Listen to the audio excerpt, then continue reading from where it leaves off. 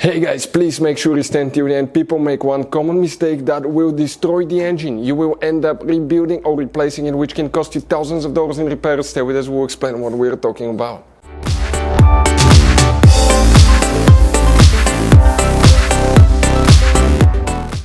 Hey guys, welcome back to Auto Repair guys. Super quick and helpful video. If you have a BMW that overheats, you need to always try this because you might be able to save your engine. That way you don't spend thousands of dollars in repairs or engine replacement. There is one thing you should always try when you have an overheating BMW. Okay, we had that happen to us multiple times. We'll talk about that, how you can easily fix it in quite a few cases guys, what can cause it as well. You need to apply that procedure every time you have an overheating engine on BMW. If you replace water pump, radiator hose, thermostat, coolant temperature sensor, water pump, anything like that guys. So even if you had low coolant level, you still need to apply that procedure in some cases if it was extremely low. Stay with us and we'll explain what it is.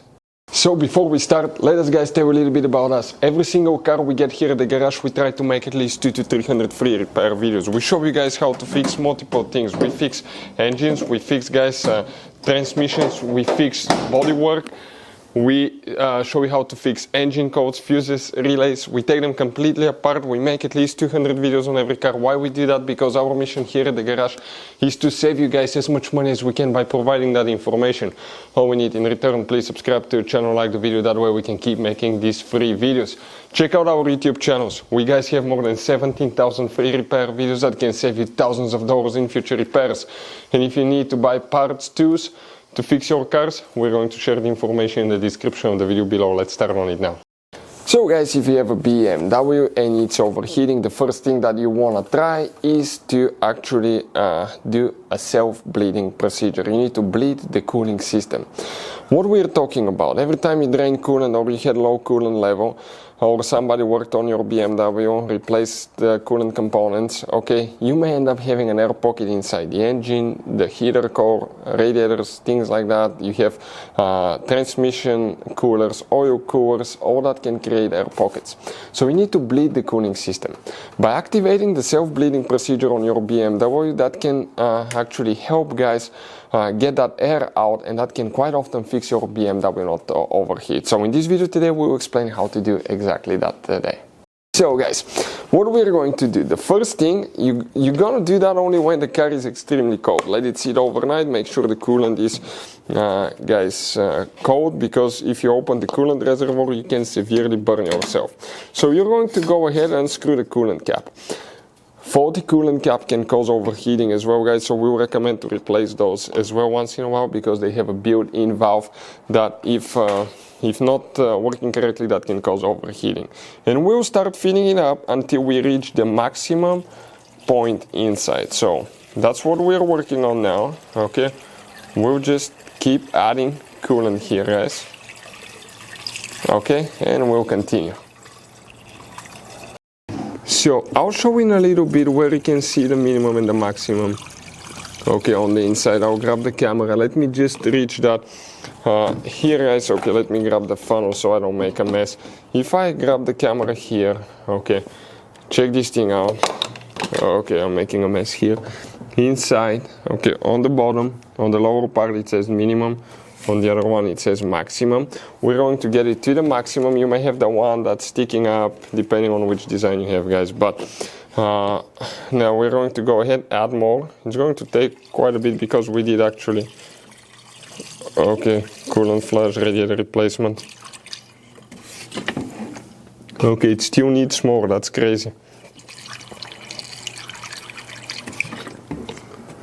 Okay, it's getting close to the full.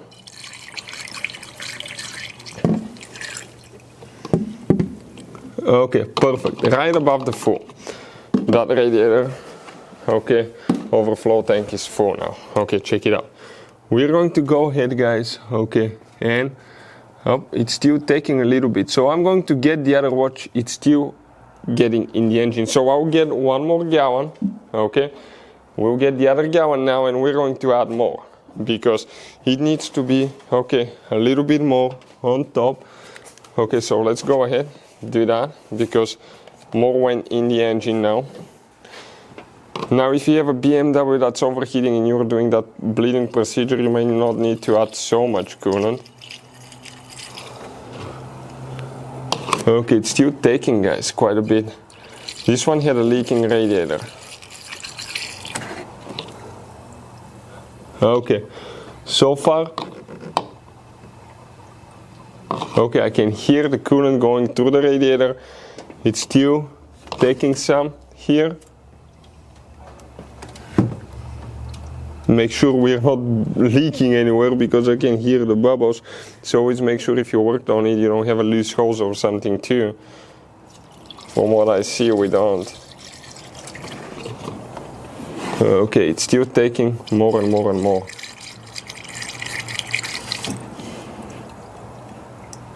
Okay, so we're going to go ahead, fill it up, and we'll continue. Next, we're going to close, okay, the system right here. You gotta make sure it's closed all the way. Some models, guys, okay, depending on the year model, okay, F25, F26 don't, but you may have a bleeding screw that you need to unscrew, guys, okay, for the bubbles to come out. Specifically, we don't. What do we need to do next? We're going to go inside that BMW. You gotta make sure that we have the keys, guys, okay? And with the keys in place, okay, we're going to go ahead, okay, and I'm going to make sure that I'm clean. It breaks my heart getting in the car so dirty. So now close your door, everything needs to be closed, and here we're going to not press the brake pedal. Next, we're going to press that button until the lights come on, but we have to make sure that we don't start the car. Next, set the temperature to the highest position. I'm going to do sync, highest position on the highest setting here, and we're going to set the fan to the lowest setting, like that. After that, press the gas pedal for about 10 seconds and you will hear the water coolant pump activating. Listen for that now.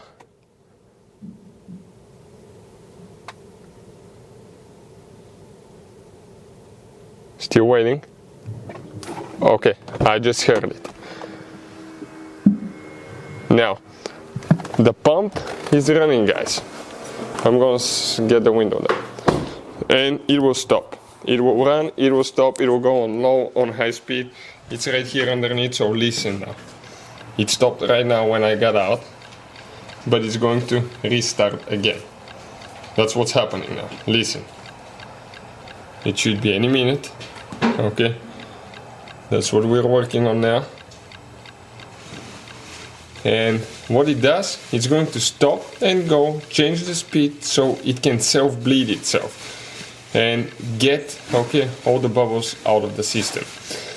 Now, if you turn the ignition switch off, okay, that will stop the pump too.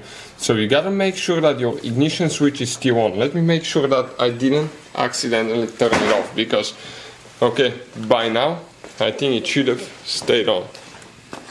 Okay, and looks like, okay, the ignition switch is still on, so we're waiting for the pump, okay, and see if we will need to actually go ahead, okay, and restart the procedure. So let's listen now, because sometimes it will start, it will stop for about a minute, then it will go again. The whole procedure takes about 10 to 12 minutes, guys. So I'll just give it a little bit of time and we'll see, okay, what happens. So you gotta make sure, guys, you have the ignition switch on, okay? Ignition switch should stay on, ours turned off. So now, temperature on high, fan on low, we're pressing the gas pedal and it should activate again. Listen now, it should be any minute. We need to make sure.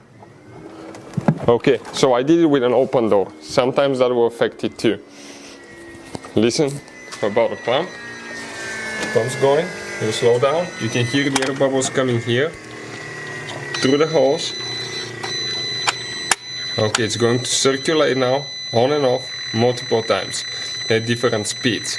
Okay, listen now. It's activating on higher speed now.